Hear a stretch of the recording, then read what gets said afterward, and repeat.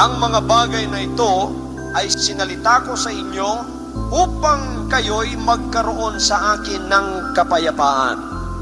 Sa sanglibutan ay meron kayong kapighatian, ngunit laksan ninyo ang inyong loob, aking dinaig ang sanlibutan.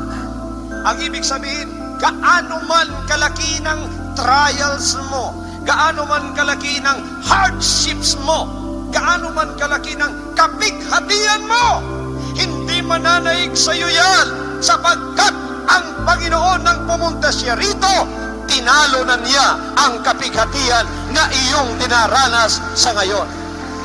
Kaya huwag kang padadaig sa kapighatian na dinaranas mo, sapagkat yan ay hindi mananaig ng laban sa iyo. Ang gawin mo lamang, lakasan mo ang iyong loob.